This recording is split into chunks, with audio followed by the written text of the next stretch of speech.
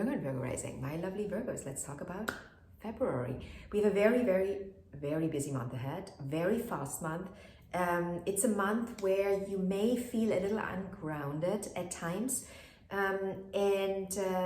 Therefore, before I start to dive into, the nitty-gritty, I would urge you to find a meditation routine, yoga routine, workout routine, going for a walk routine that helps you ground in, because like I said, this is a month where you will feel very restless. Meditation routine or even a workout routine can help you ground in. And when I say workout, I would urge you to not necessarily do anything high intensity. Do something that is more grounding, like lifting weights, right? Literally, that helps you just, ground in and makes you feel stronger and settled and rooted in this physical reality.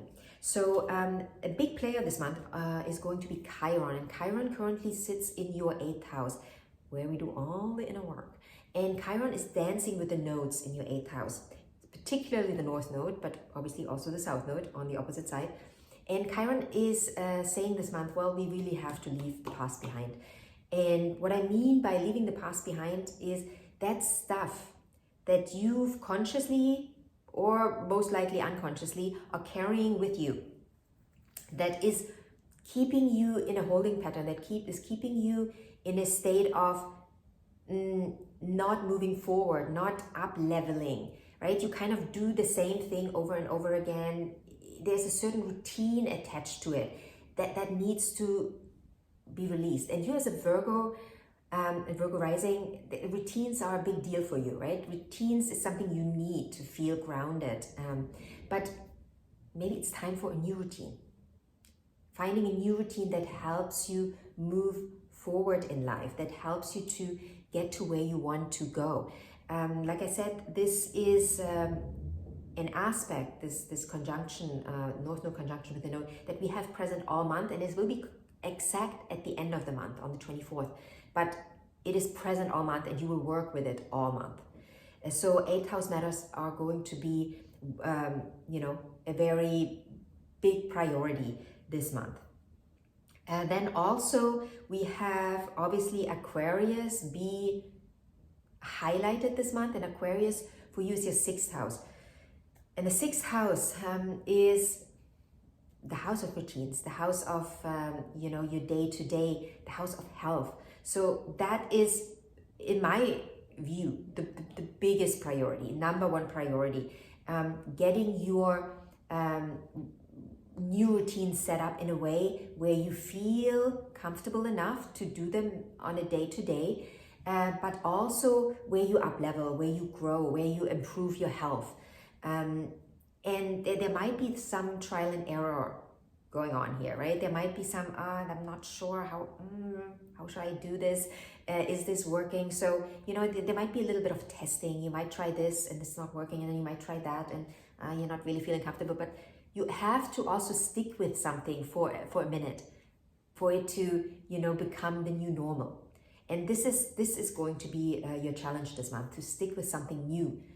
We have a new moon on the 9th or 10th of February. On the 9th if you're in the States, on the 10th if you're Europe and Australia. And that new moon is saying, okay, new routines. What's the new routine that helps us improve our health? Because health is also going to be a big topic for you this month. What is improving your health? Is it a new diet? Is it more sleep? Is it being surrounded by different people? Is it different work completely, or just a different work routine? How you work on a day-to-day, what needs to shift and change there. It's a big ask for you this month. Changing your routines is not necessarily easy, because routines is something that you need. You need that, but you need to also understand, and I think you do. You're a smart cookie, Virgo rising. You're a smart cookie. You understand that in life, in order to grow, you need to upgrade your routines. And this is, a time to upgrade your routines. So on the 9th, you will become very, very aware of that. And You may have already started in the beginning of the month to shift and change things a little bit when it comes to your routines, but you're really gonna, start moving things into a higher gear.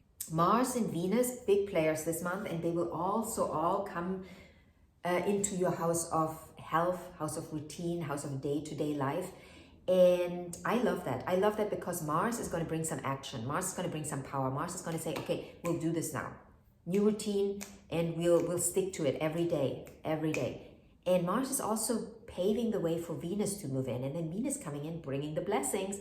You're doing the new routine, and you will quickly notice how much better you feel, how much you're up leveling. You're literally going to feel like you're up leveling your life. You're going from like having a decent life to having a really good life very quickly. If you implement the new routines. If you don't, if you fall back into your old routines, this is all not going to happen. This is all not going to work out for you. And then, I urge you to go back to do the deeper work in the 8th house where Chiron sits, right? Because there's maybe some Chiron stuff that is holding you back. Maybe some inner child healing that you haven't really dealt with in a way that is necessary. So you're falling back into old routines. The sun is moving into Pisces, your 7th house. So towards the end of the month, we are getting more into the area of one-on-one relationships. What needs to shift and change there for you still? When it comes to your partnership, when it comes to your business partnership, when it comes to a relationship you have with a friend, a close friend, what needs to be improved there, right? We are constantly improving in life. We can't help it. It's part of life. It's part of living. We are learning, and when we learn, we shift and change. And when we don't, when we have experiences and we quote unquote learn, but we don't implement the lesson, that's when, things go south. That's when things don't improve. That's when we feel like, sluggish and, low energy. So when it comes to your 7th house area, when it comes to your one-on-one relationships, when it comes to your partnership, where do you need to be more honest with yourself? Where do you need to be more truthful with yourself, right? Also with others, of course, but first with yourself. What is not working? Where do you live in a bit of an illusion? Pisces in the 7th house. Oh, yeah, that's not an easy placement for partnerships. I mean, it can be a very beautiful placement. Don't get me wrong, right? We can have just like the most romantic relationship, but we can also get lost in the illusion, and the potential. Where are you getting lost in the potential? Saturn is in your 7th house right now, and Saturn is saying, we gotta get real here. Gotta get real. You gotta get real. Don't just look for the potential in the other. It's lovely. It's lovely that you can see the potential in the other, but you're not living with someone's potential. You're living with someone's, being in the now. They might have that potential that is wonderful, but you have to live with who they are now. And can you live with that? If you can live with that, and if that's okay with you, then beautiful. But, you got to stop fooling yourself in that area where, you see someone for who they could be. And they probably could be that, and they're probably going to be lovely. But are you also loving who they are now? Or are you just, kind of accepting it for the moment, but you really don't want them to be that way? And what does it say about you and your current state of being, right? Remember, it all reflects back. Full moon in Virgo in your 1st house is going to really highlight that. It's going to highlight your own understanding of who you are. Every full moon in the 1st house, and we have all of us, we have one full moon every year in our 1st house, and it's a reality check. It's a reality check, and also it's checking your identity. Like, are you feeling connected to who you are, your identity? Or is it time for identity work, identity shift? And, how is that then reflecting in your relationships, in your one-on-one relationships? I think it's a very big month for you when it comes to relationships.